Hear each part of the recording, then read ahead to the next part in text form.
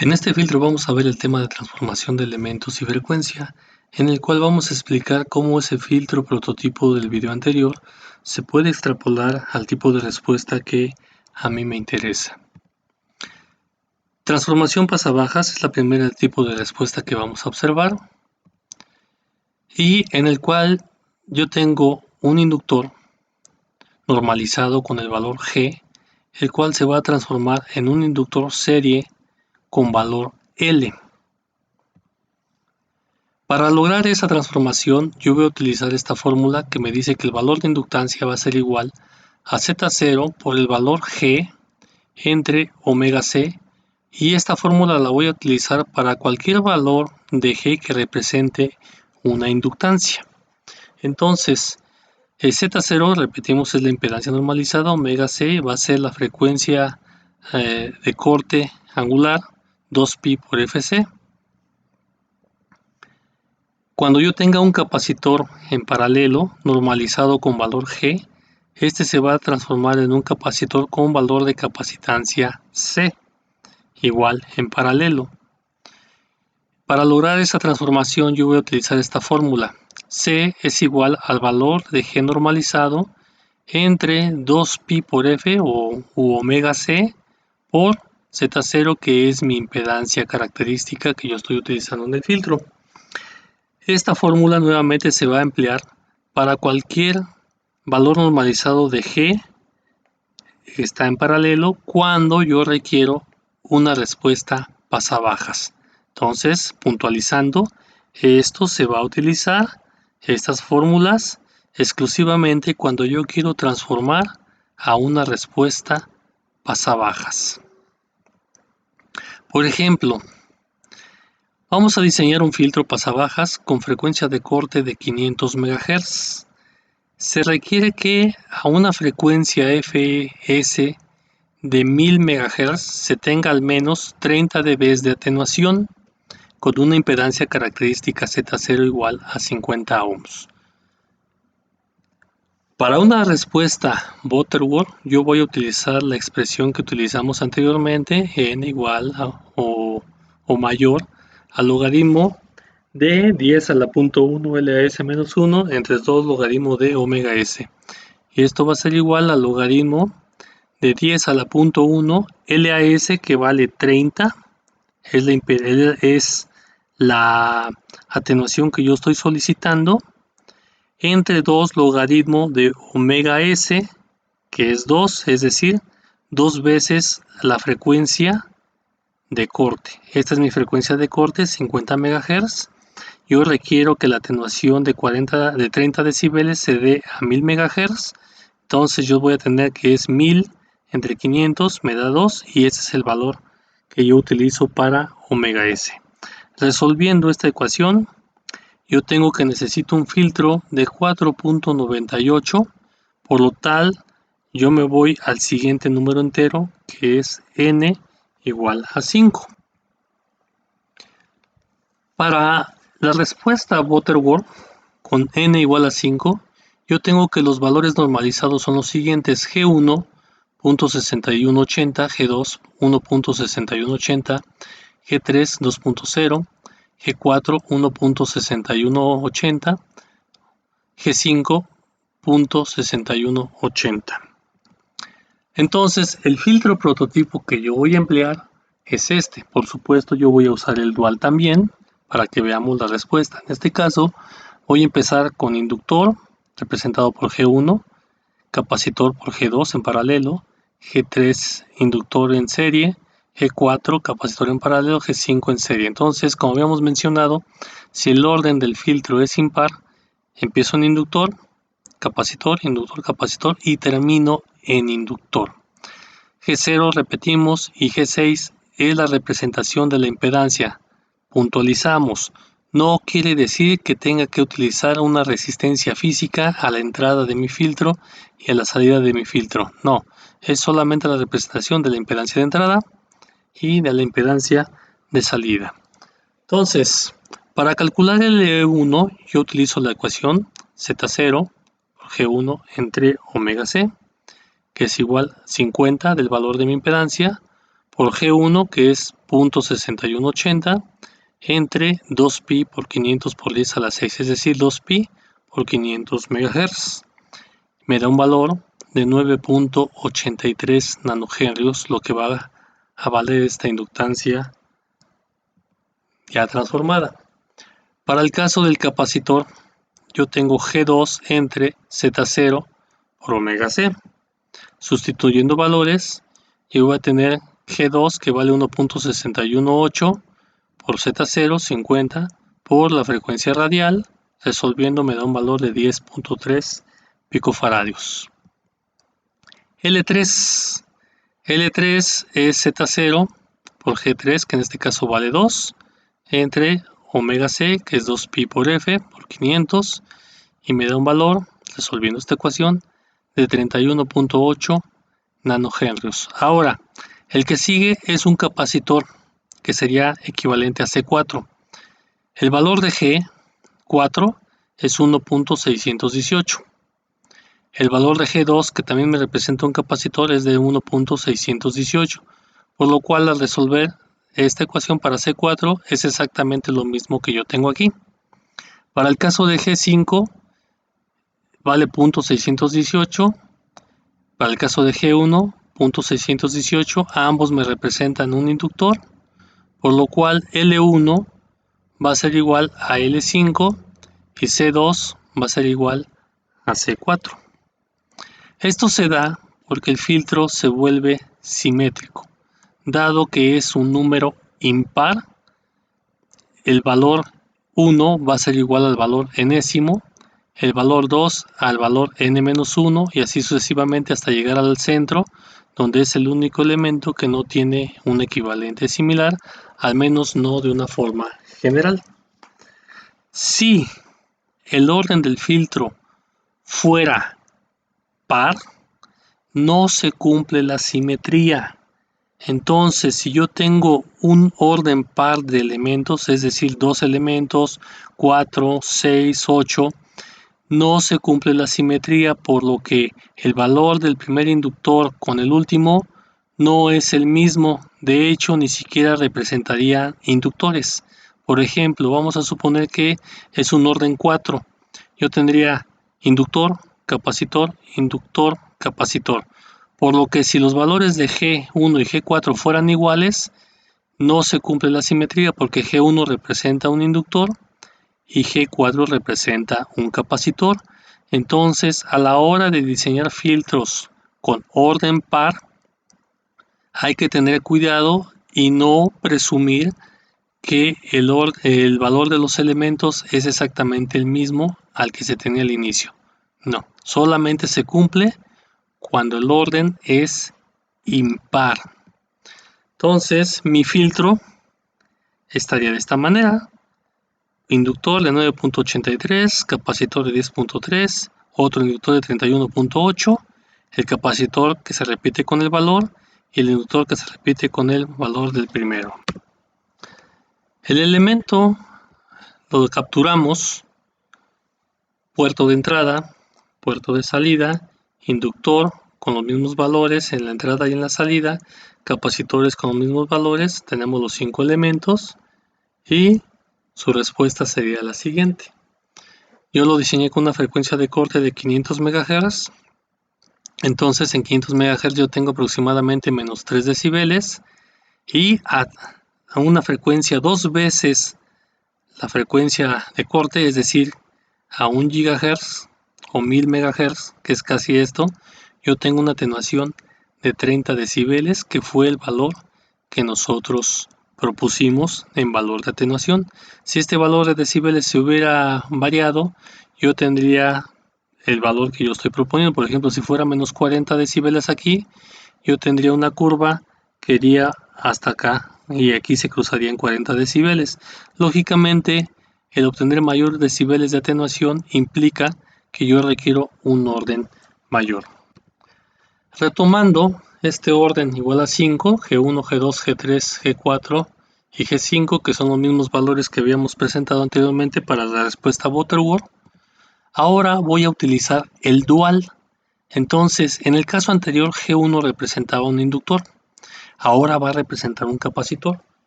G2 representaba un capacitor, ahora representa un inductor y así sucesivamente.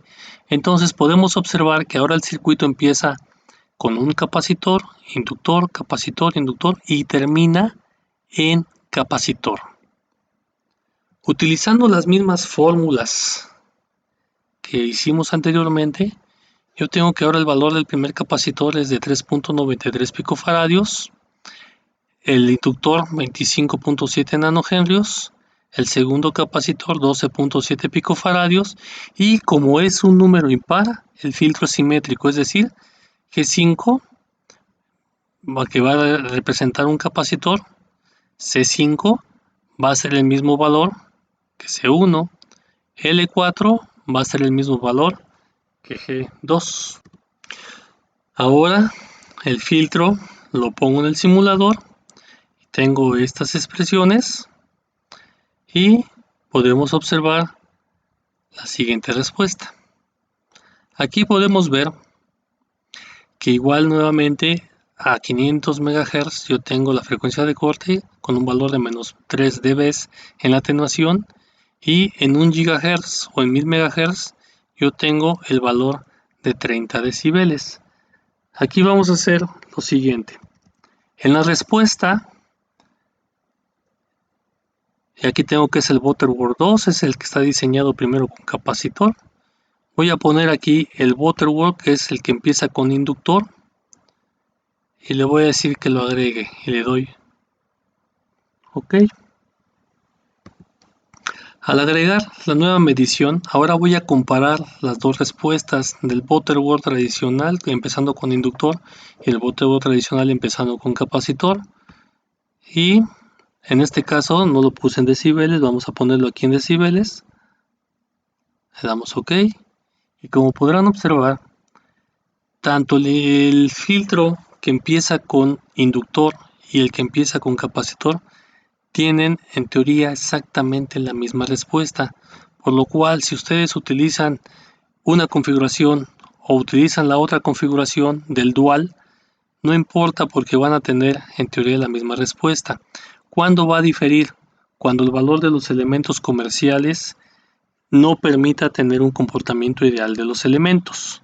Si trabajamos a una frecuencia específica en la cual los valores de los inductores y capacitores se preservan, tanto una configuración se va a comportar exactamente igual que la otra configuración, por lo cual yo puedo utilizar una o la otra.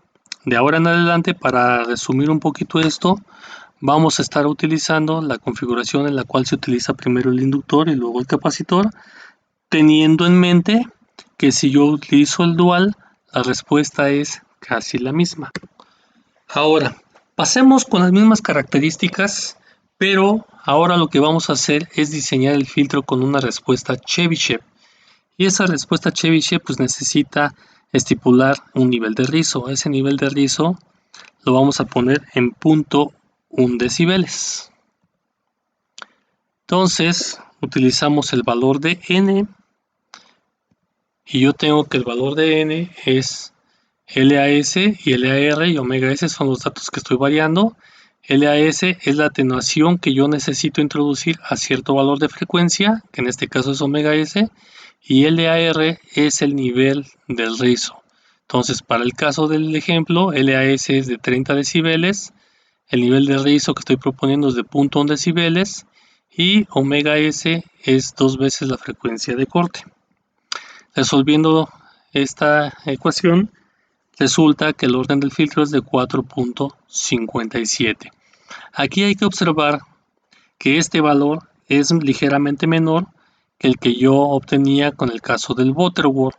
Sin embargo, como yo no tengo fracciones de polo, entonces tengo que pasar esto a una respuesta con un orden entero, entonces me voy a un número n igual a 5. Voy a proponer la misma configuración que habíamos mencionado, inductor, capacitor, inductor, capacitor, inductor, y estos son los valores del prototipo de el Butterworth, que si los comparan con el de los, con este es del Chebyshev, que si los comparan con el Butterworth son valores diferentes. Resolviendo con las mismas fórmulas para L y C, se utilizan exactamente las mismas fórmulas independientemente de la respuesta sea Butterworth o Chebyshev, la transformación es exactamente la misma. Yo voy a obtener que L1 es de 18.25 nanohenrios, donde L1 y L5 van a ser las mismas porque son simétricos, C2 de 8.73 picofaradios y L3 es de 31.4 nanohenrios. En el caso de C2 y C4 son exactamente lo mismo. El valor que va a ser diferente es este valor de L3 que tenemos aquí. Calculamos el valor en las simulaciones y podemos observar, empezamos con inductor, capacitor, inductor, capacitor, inductor. Simulamos el filtro y obtengo esta respuesta. En 500 megas, que en este caso es 567 megas, obtengo la frecuencia de corte, que es menos 3 decibeles de atenuación.